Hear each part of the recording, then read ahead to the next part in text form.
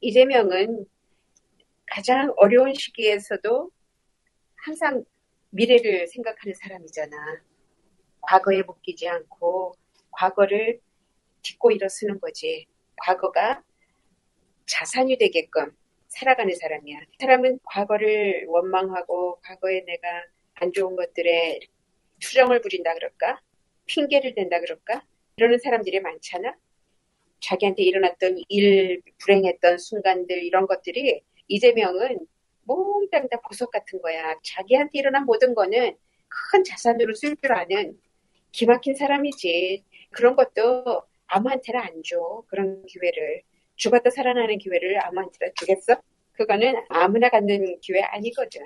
그래서 그런 거를 물론 두려움으로 만나고 두려움으로 겪어내지만 또 투정만 부리지 않고 감사할 줄 아는 사람이다. 그걸 보게 되는 거지. 그리고 그랬기 때문에 자기와 같은 처지 아니면 그런 처지에 놓일 수도 있는 사람들 생각지도 않은 공감을 할 수 있었을까 싶었는데 너무나도 진정으로 공감해주는 그런 국민들 거기에 아주 흥감하는 거지. 그야말로. 흥감을 한다 그러면 감사할 줄 아는 사람은 감사를 하는 순간 그걸 내 것으로 만들 수 있다 그랬지. 그래서 이재명은 우리 국민의 힘을 우리나라 사람들의 애국하는 힘을 자기의 것으로 만들 줄 아는 사람이야. 그게 굉장히 큰 실력이야. 그래서 비판하고 그러는 것도 공부하느라고 정확하게 꿰뚫어 볼 줄은 알아야 되지만 그 비판하는 데에 모든 시간을 낭비하지는 않는다. 볼 줄 아니까 아, 저 사람들이 이래서 이렇구나 저래서 저렇구나를 파악을 하는 거지. 정확하게 파악을 하고 나면은 측은지심이 생겨. 이해를 못하니까 상대방에 대해서 사랑하는 마음으로 이해해주는 그런 바탕이 없으니까 욕을 하게 되고 싸움박질을 하고 이러는 거지. 조금만 인간 애라는 것을 지닌 사람이라면 욕을 하다가도 측은하잖아. 아이고 저들이 저것밖에 안 되는 사람들이라 저랬구나. 얼마나 저들도 지금 황당하고 힘들고 아찔하고 그럴까. 오고 갈 데 없고 방법이 없잖아. 그런 거를 아니까 이재명은 그런 사람들의 입장을 국힘의 입장을 너무나 잘 이해를 해주는 거지. 그래서 그러고 나면 그들이 믿지가 않아. 그들도 이재명이 자기가 앞으로 다스릴 나라의 국민이거든. 그래서 그런 사람까지도 이해를 하는 마음을 배워가는 중. 그래서 그런 정치인의 힘, 지도자의 힘, 비상사태에 어떤 태도를 취해야 되는가, 내가 무엇을 해야 될 것인가, 이거를 사람들이 잘 몰라. 알 수가 없어. 처음 당하는 일들이니까. 그랬을 때에 정확하게 상황을 파악하고 가이드라인을 주는 그런 지도자가 있다는 거는 정말 행운이지. 언론에서 이재명을 칭찬할 수가 없지. 한동훈이 거기까지 간 거는 빨리 가서 국회의원도 아닌데 거기 들어갈 수 있었던 것도 박주민이 들어오게 만들어줘서 그런 거고 한동훈이 거기에 뛰어온 것도 민주당의 사람이 너 체포명단에 들었다라고 알려줘서 놀래가지고 겁나서 온 거고 한동훈이 알아서 자기가 한 건 없어. 그럴지라도 한동훈이 거기까지 와서 또 한동훈의 지지자 몇 명이 그때 계엄 해제령을 내리는데 도움을 준 거는 크레딧을 줄만 해. 그나마도 얼마나 감사한가. 아니었으면 어쩔 뻔했나.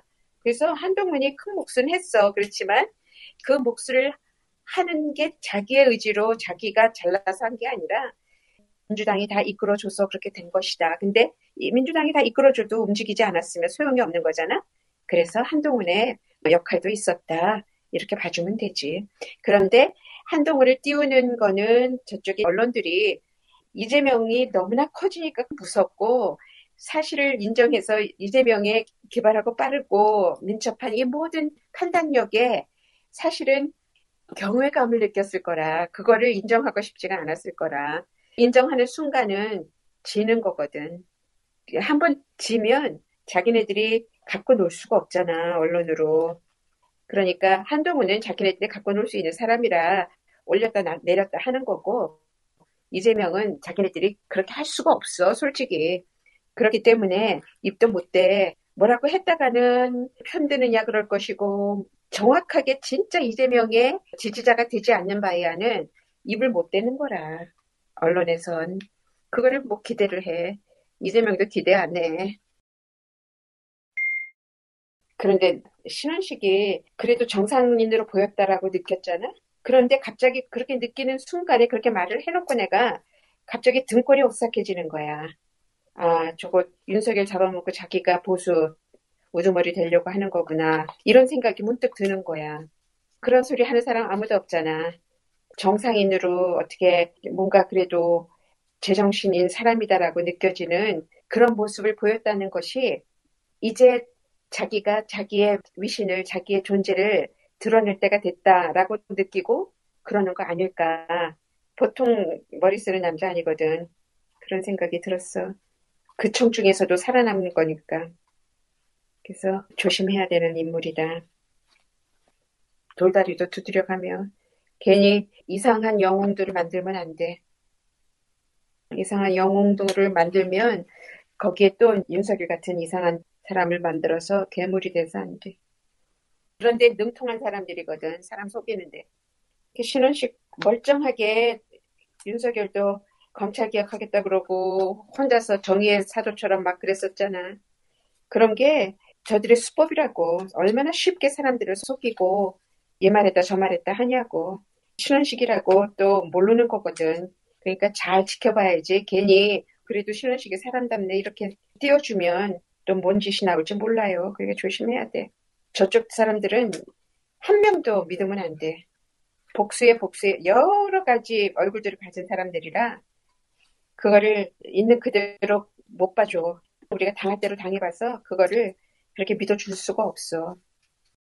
다 그렇게 느꼈겠지 당연히.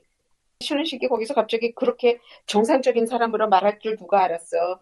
김효연처럼 이상민처럼 이상한 소리를 하리라 생각했는데 의외로 자기가 나름대로 반듯한 생각을 하니까 그게 국민들한테는 그래도 다행이다 싶으면서도 좀 의심이 가는 거지 나는. 사람이 똑똑하더라고. 그러니까 그렇게 똑똑한 사람이 뭔 짓을 또 못하겠어. 나쁜 생각까지면. 그래서 머리 잘 쓰는 사람이겠다. 빨리 돌아간다 머리가. 상황 판단을 빨리빨리 잘하는 사람이잖아. 그런 사람이라는 거는 그 사람이 정의 쪽에 서 있을 때는 아군에 있을 때는 아주 좋은 사람이지만 적군에 있을 때는 아주 무서운 사람이 되는 거거든. 무서운 책사가 되는 거거든. 그러니까 잘 지켜봐야 될 인물이야. 어정쩡하지 않다고. 조태용이야? 홍장원 상관 그 사람이 윤석열보다도 더 비겁하고 비열하고 더러운 사람이더라고 느낌이. 아주 안 좋은 사람이야. 어쩌면 저렇게 창피도 무릅쓰고 비굴할까. 어떻게 살지? 밥 먹을 자격 없다 이런 느낌이 들 정도로 거기까지 공부해서 올라간 사람이 기억나지 않는다. 기억나지 않는다라는 말을 부끄럽지도 않게 하는 거야. 그 자리에서 어떤 일도 누구도 누가 뭘 잘하는지 못하는지 매의 눈을 가지고 지켜보면서 나라의 정보 역할 그 기관이 얼마나 중요한 기관인데 기억나지 않아? 그 중요한 날의 것을 어떤 전지사변이 일어나도 벼락이 내려도 다 기억해야 되는 자리잖아. 그런 무능한 사람이 거기에 올라가가지고 나라 망칠 일 있냐고.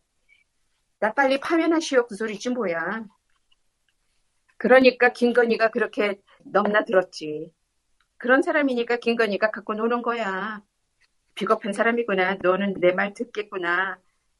그게 보였으니까 거기에 걸려들었지. 아무나 걸려들겠냐고. 윤석열이 계엄령을 내린 이유가 김건희가 이 남자 저 남자 정치한답시고 전화하고 카톡하고 그래가면서 모든 사람들하고 통화를 해대고 이러니까 아무리 제가 내 여자 믿어 이래도 그게 좋겠냐고. 그러니까 자기도 남자답게 지가 어떻게 좀 해보려고 아니면 짜증이 나서 오히려 김건희 내가 이렇게 계엄령이라도 안 하면 김건희한테 영원하게 무시당하고 노예로 살다 무시당하고 다른 남자들한테 뺏기고 이러니까 계엄이라도 해서 깸빵치자 이런 거 아니었을까. 그럴 정도로 오만한 남자 외간 남자 다 카톡하고 통화하고 그게 무슨 여자가 그러니까 얼마나 웃기냐고. 그러니까 누가 그러잖아. 통화만 했겠냐고. 그러면은 그 소리가 얼마나 지저분하고 말도 안 되잖아. 근데 전에 이명수 꼬시는 것 보니까 무슨 짓을 못했겠나 보이더라고. 남자 하나 구워 삶으려면 뭔 짓을 못하겠나. 손끝 빠진다고 덥석 손잡지를 않나. 1억 줄게 나한테 들어와. 우리가 같이 일해 이러는 게 그러니 무슨 장관이고 뭐고 간에 자기 밑에다 부하를 자기가 쓰려고 얼마나 전화질을 하고 유혹을 하고 별의별 짓을 다 했겠냐고. 그래 놓으니까 자주 있는 일은 아니었대. 섭섭해서 자주 안 해서? 자주 있는 일은 아니었대. 자기는 그러니까 윤석열 나 네 마누라하고 그렇게 자주는 안 했어. 이 소리같이 들리잖아. 그러고 살았구나. 김건희한테는 윤석열이나 그런 장관 누구나 다 똑같은 써먹을 도구에 불과한 남자들이잖아. 그러면 그런 남자들이 윤석열을 얼마나 우습게 봤겠냐고. 다 똑같은 거거든. 그런 사람들 김건희하고 통화하고 카톡 받고 주고받고 하는 사람들은 자기네들이나 윤석열이나 똑같은 처지라는 걸 알잖아. 김건희가 얼마나 윤석열을 무시하고 도구로 쓰는지 알잖아. 그냥 이용하는 거잖아. 자기네들도 이렇게 이용당하고 보면 알 수 있지. 그러면 윤석열이 얼마나 우습게 보였겠냐고.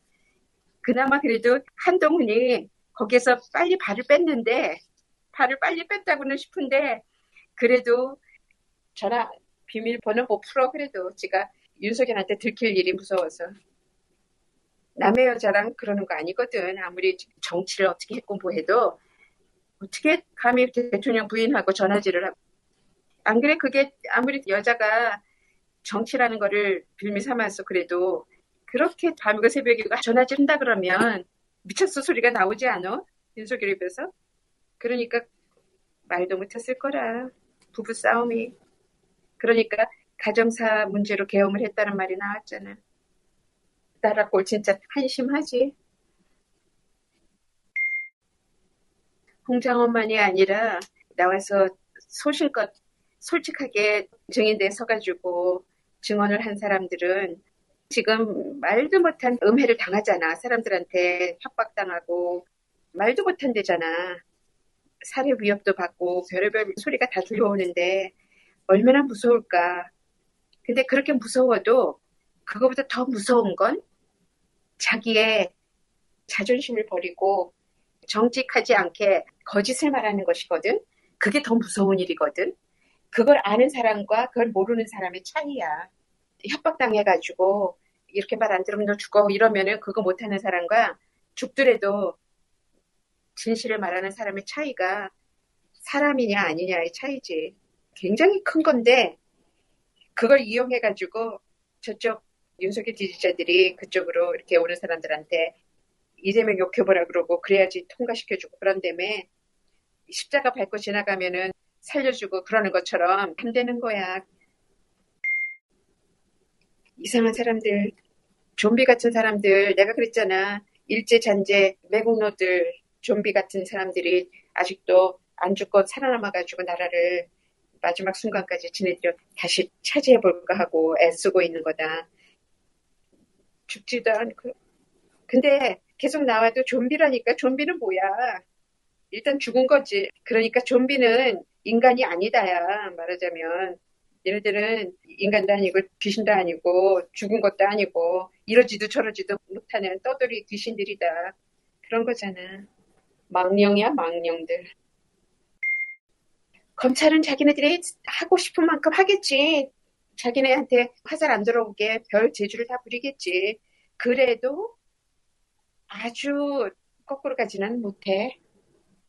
그러니까 어느 선에서 자기네들 감출 거 좀 치고 감추고 그러고는 결국은 정의대로 갈 거라. 그거는 그런 윤석열 쪽에 붙어가지고 같이 나쁜 짓을 했던 검찰들은 소수거든. 독한 소수들이고 점잖은 검사들 그동안에는 좀 조용히 있었는데 겁이 나서 아무것도 못하고 있었는데 윤석열 탄핵이 인용되고 나면 그때서야 기지개 펴고 일을 할 거야. 그게 쉽지가 않거든. 그들은 검사가 되고 검찰에서 일하는 목적이 사회 정의를 위해서 하는 게 아니라 돈 벌려고 밥그릇 걱정해서 그렇게 했기 때문에 위험을 무릅쓰고 정의의 사도가 될 수는 없는 사람들이잖아. 기대를 한 게 우리가 잘못이지. 어느 선으로 안정선에 들어가면 다시 또 제대로 일을 할 거야. 그러지 않으면 자기네 밥줄이 날아가요. 다음 정권에선. 광주가 어떤 곳인데 지네들이 겁도 없이 거기 가가지고 탄핵 반대한다고. 그러니까 광주 시민들이 기도 안 차 하잖아. 정신이 있나 없나. 아마도 유혈 사태를 일으키게 꼼수를 부리려고 했는데 광주 시민들이 아무도 그런 데에 폭력적으로 안 나왔지. 그래 놓으니까 멀쑥했지. 이제 태극기도 다 뺏어오고 국민의힘의 국민도 뺏어오고 태극기 그들이 양손에 든다면 우리는 머리에 머리띠도 하고 등에 또 붙이고 지네들보다 더 많이 태극기로 휘감고 태극기를 다 뺏어와야지. 감히 어쩌려고 지네들이 태극기를 자기네 거라 그래? 성주기도 들 자격이 없지. 성주기 들은 이유가 트럼프가 행여나 도와줄까 그러는 거라며. 트럼프식으로 하면은 윤석열도 살아난다 이거지. 윤석열은 트럼프 같은 배짱도 없잖아. 그게 다행이지. 그래도 저기에다가 배짱에다 실력까지 있었으면 큰일 날 뻔했지. 그나마 고만하기가 다행이다. 우리가 웃어 넘겨야 될 정도의 말도 안 되는 거짓말장이 허풍장이었으니까 여기에서 끝나는 거야. 그러니까 지가 허풍 떨려고 자기 마누라 안 뺏기려고 계엄까지 한 거잖아. 속도 좋다 그랬어. 남의 남자고 다 놀아나던 여자를 어떻게 데리고 살까. 그런데 그거를 버릴 수 있겠어? 젊은 경호원들 주변에 득실득실거리지. 맘대로 부리지. 자기보다 훨씬 더 젊고 멋있는 남자애들이 여왕 받들듯이 받드는데 그거 어떻게 보고 있겠어. 보고 못 넘기지. 그런 맨날 싸움질을 했대잖아. 그거를 명태균이 다 알아.